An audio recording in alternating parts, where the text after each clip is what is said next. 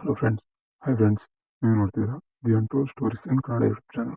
Friends, ನೀವೇನಾದರೂ ನನ್ನ channel subscribe ಮಾಡಿಲ್ಲ ಅಂದರೆ ಈ ಕೂಡಲೇ ಸಬ್ಸ್ಕ್ರೈಬ್ ಮಾಡಿ ಮತ್ತು ಪಕ್ಕದಲ್ಲಿರುವ ಬೆಲ್ ಬಟನ್ ಒತ್ತಿ, ಯಾಕಂದರೆ ನಾನು ಹಾಕುವ ಎಲ್ಲ ವೀಡಿಯೋಗಳು ನಿಮಗೆ ಬೇಗನೆ ತಲುಪುತ್ತೆ ಅಂತ. ಸೊ ಈಗ ವಿಡಿಯೋ ಸ್ಟಾರ್ಟ್ ಮಾಡೋಣ. ಫ್ರೆಂಡ್ಸ್, ಇವತ್ತಿನ ವಿಷಯ ಏನೆಂದರೆ ಹಸ್ತಮೈಥುನದಿಂದ ನಾವು ವೀಕ್ ಆಗ್ತೀವಿ ಅಂತ. ಅಂದರೆ ಹಸ್ತಮೈಥುನದಿಂದ ನಾವು ನಮ್ಮ ಬಾಡಿ ಕುಗ್ಗಿ ನಾವು ಸಫರ್ ಆಗ್ತೀವ ಅಂತ. ಸೊ ನೋಡಿ ಫ್ರೆಂಡ್ಸ್, ಹಸ್ತಮೈಥುನ ಅನ್ನೋದು ಒಂದು ನ್ಯಾಚುರಲ್ ಕ್ರಿಯೆ ಆಗಿರುತ್ತೆ. ಇದರಿಂದ ನಮ್ಮ ದೇಹದ ಮೇಲೆ ಯಾವುದೇ ಅಡ್ಡ ಪರಿಣಾಮ ಇರುವುದಿಲ್ಲ. ಮತ್ತೆ ನಾವು ಇದರಿಂದ ವೀಕ್ ಆಗುತ್ತಿಲ್ಲ, ಯಾಕಂದ್ರೆ ಇದೊಂದು ನ್ಯಾಚುರಲ್ ಕ್ರಿಯೆ, ಸಹಜವಂತ ಕ್ರಿಯೆ ಆಗಿರುತ್ತೆ. ನಾವು ಹೇಗೆ ಇದು ಯಾವಾಗ ಮಾಡ್ತೀವಿ ಅಂದರೆ, ನಾವು ನಮ್ಮ ಸಂಗತಿ ಇದ್ದಾಗ, ಅಂದರೆ ಅದು ಪುರುಷರಾಗಿರಲಿ ಮಹಿಳೆಯರಾಗಿರಲಿ, ಸಂಗತಿ ಇದ್ದಾಗ ನಾವು ಅವರೊಂದಿಗೆ ನಮ್ಮಲ್ಲಿ ಕಾಮೋದ್ರೇಕಗೊಂಡಾಗ ಸೆಕ್ಸ್ ಮಾಡ್ತೇವೆ.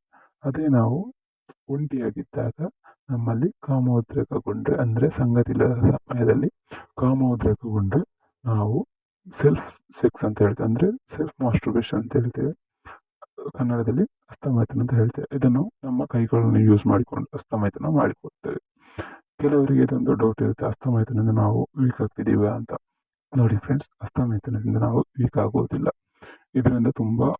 ಇದೊಂದು ತುಂಬ ಉಪಯೋಗಕಾರಿ ಕ್ರಿಯೆ ಆಗಿರುತ್ತೆ. ಅಂದರೆ ಇದು ನಾವು ಮಾನಸಿಕವಾಗಿ ಕುಗ್ಗಿದ್ರೆ ಮತ್ತು ಟೆನ್ಷನಲ್ಲಿದ್ದರೆ, ಒತ್ತಡದಲ್ಲಿದ್ದರೆ ಇದು ನಮಗೆ ಒಂದು ಆರಾಮವನ್ನು ಕೊಡುತ್ತದೆ. ಅಂದರೆ ನಾವು ಹಸ್ತಮೈಥುನ ಮಾಡಿಕೊಳ್ಳೋದ್ರಿಂದ ನಮ್ಮ ಟೆನ್ಷನ್ ರಿಲೀಫ್ ಆಗುತ್ತೆ ಮತ್ತು ಇದರಿಂದ ಯಾವುದೇ ನಮಗೆ ಅಡ್ಡ ಪರಿಣಾಮ ಇರುವುದಿಲ್ಲ. ಫ್ರೆಂಡ್ಸ್, ಗೊತ್ತಾಯ್ತಲ್ಲ ಫ್ರೆಂಡ್ಸ್, ಎಲ್ಲರೂ ತಿಳ್ಕೊಂಡಿದ್ದಾರೆ ಅಂತ ಅಂದ್ಕೊಳ್ತೀನಿ.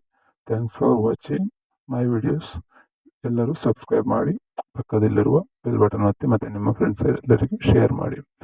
ಗೊತ್ತಾಯ್ತಲ್ಲ ಫ್ರೆಂಡ್ಸ್, ನೆಕ್ಸ್ಟ್ ವಿಡಿಯೋ ಯಾವುದಾದ್ರು ನಿಮ್ಮಲ್ಲಿ ಕ್ವಶನ್ ಇದ್ದರೆ ಕೇಳಿ, ನಾನು ನಿಮಗೆ ಆನ್ಸರ್ ಮಾಡ್ತೇನೆ. Thanks for watching my